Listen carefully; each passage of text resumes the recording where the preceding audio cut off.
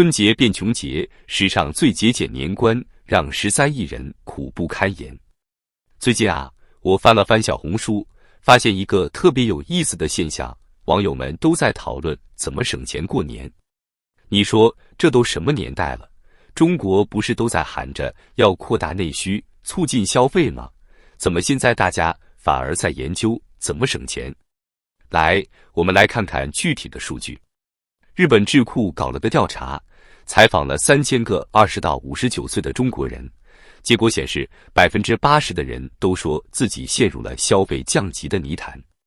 更吓人的是，关于消费降级的社交媒体讨论，从2023年到2024年，足足翻了5倍，大家的消费意愿评分从疫情前的74分，满分100分，跌到了67.3分。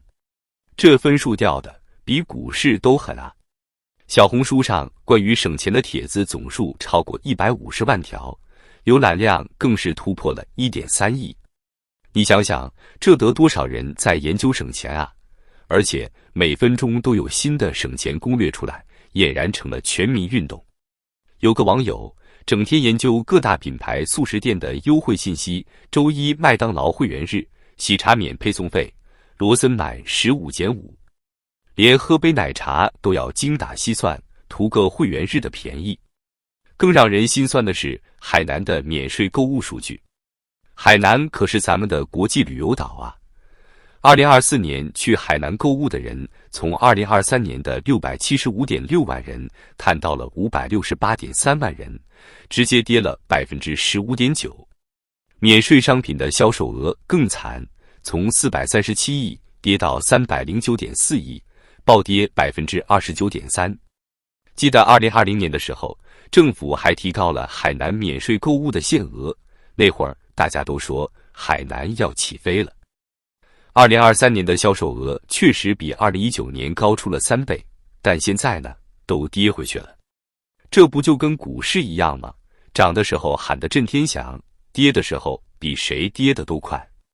再看看基层的惨状，武汉出租车司机道出了残酷现实：以前过年期间，晚上12小时能跑个500-600块营收，现在只剩400出头。即便开通了网约车平台接单，也无济于事。这生意差到什么地步？纯利润直接被腰斩了。实体店的经营状况更是雪上加霜。一位五金店老板无奈地表示，现在顾客进门第一句话就是跟拼多多比价格，你这个东西必须跟拼多多一个价，不然就不买。这种赤裸裸的价格战，让实体店陷入了前所未有的生存危机。顾客们不再关心服务质量，不再在意购物体验，眼里只剩下了价格这一个指标。这不仅反映了消费者购买力的下降，更折射出整个零售行业的困境。而且更让人担心的是，这种消费降级看来还会持续下去。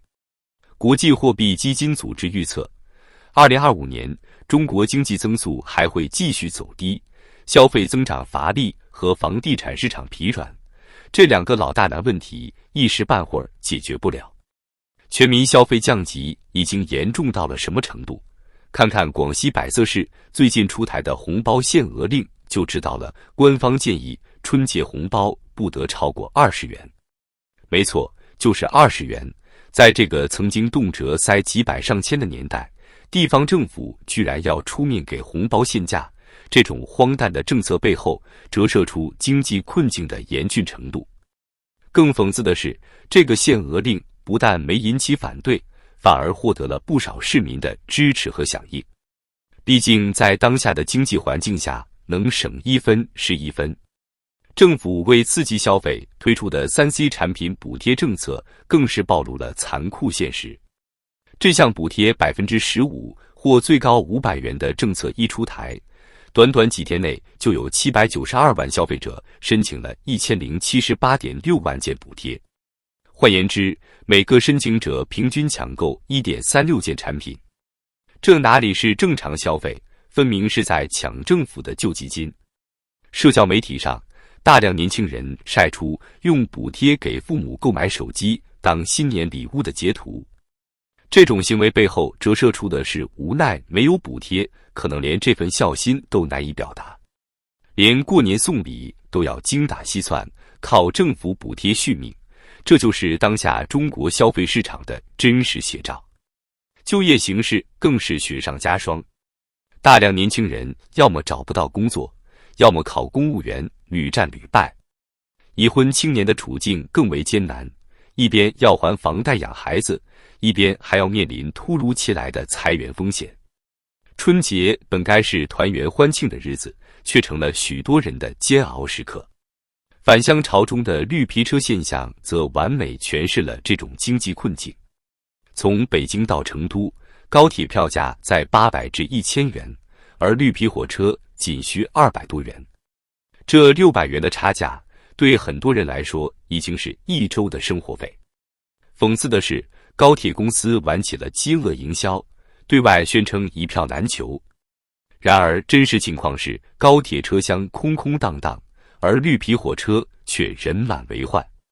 以上海到蚌埠的 K582次列车为例，定员1304人的车厢硬是塞进了2600多人。这种极端反差，生动展现了中国社会的贫富分化。铁路系统内部人士道出实情，大量工厂倒闭，外出务工人员锐减，高铁票价早已超出了普通工薪阶层的承受能力。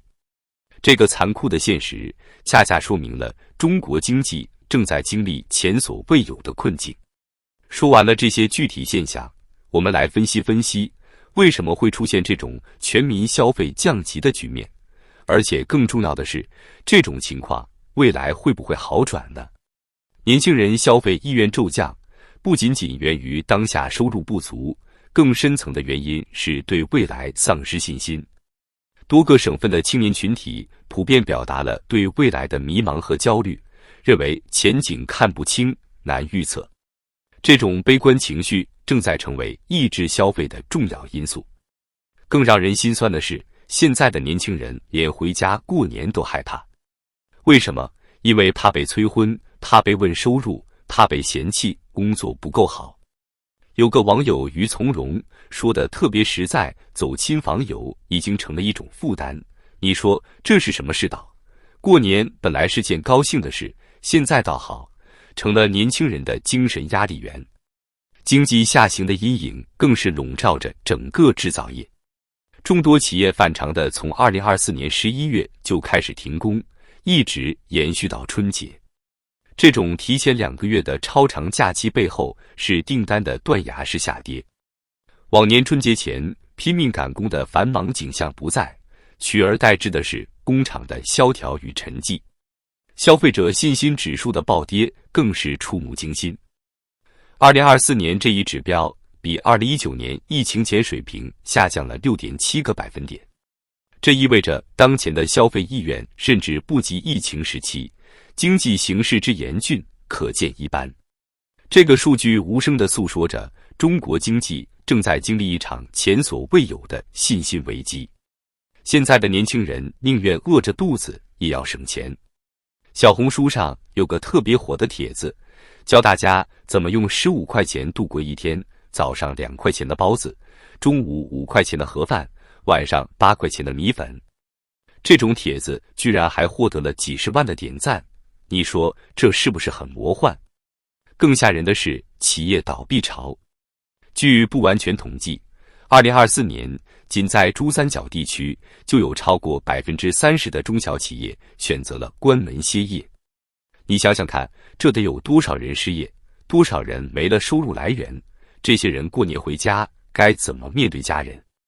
国际货币基金组织已经预测，2025年中国经济增速会继续放缓，房地产市场持续低迷，消费信心迟迟不见回暖。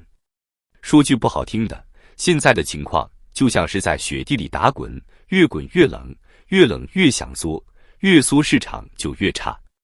有意思的是，政府现在急了，开始各种补贴刺激消费，手机补贴、家电补贴、汽车补贴，但问题是，你发了补贴，老百姓也不敢花呀。为什么？因为大家都在担心明天会不会更糟。所以啊，这个年是越过越难。不光是钱的问题，更是一个心理问题。年轻人对未来失去了信心，老年人对现状充满了担忧。原本应该其乐融融的春节，现在成了一年中最焦虑的时刻。那么问题来了，这种状况什么时候是个头？说句实在话，可能短期内很难看到转机。因为这不是一个简单的经济周期问题，而是整个社会发展模式到了需要转型的关键节点。但在转型过程中，普通老百姓的日子恐怕会越来越不好过。就像一个网友说的，能过且过吧，能省则省吧，这日子啊，能熬就熬吧。这话听着心酸，但确实道出了当下中国普通人的生存状态。在这个物价上涨、收入下降、就业不稳的时代，过年似乎真的成了一种负担。